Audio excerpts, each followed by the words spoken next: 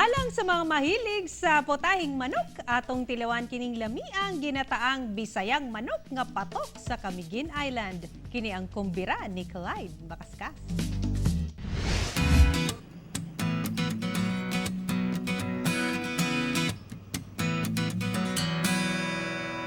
Ilado na tungod sa tamis ug lami nga lanzones ingon man sa nindot og breathtaking tourist spots ang Camiguin Island. Apan daghan pa ang kinahanglang diskubrihon dinhiya. Usa na ni ana ang chicken surol. Ang lami-ang ginataang manok, Camiguin style. Kinahanglan lang og mga sagol sama sa lamas, gata sa lubi ug native chicken ug ang dahon sa oregano o kalabo. Pinasahi gayud. Unang igisa ang lamas, dayon isagol ang native chicken meat. Dayon ang gata, tanglad ug sili. Pabukalan sa 5 to 10 minutes. Dayon isagol ang dahon sa oregano, sibuyas dahon, asin Malat daw hindi. ug black pepper. Halo natin lang mabuti.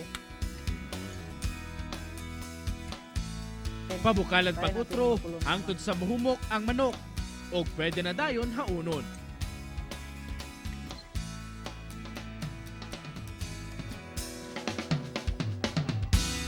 Init pa.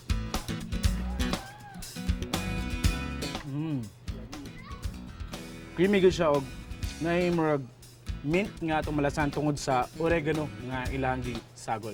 Lami. Flavorful gikay siya, strong ang iyang flavor compared to others, which is, although it's already good, but then the boldness of the food, nag-specify na agad siya kuan ka ng strong scent of all those spices. Usa, unsa pa inyong gihulat mga kapuso? Suroy na sa Camiguin ug tilawi ang ilang native chicken surol. Kauban si James Yap sa kamera. Ako, si Clyde Makaskas para sa One Mindanao.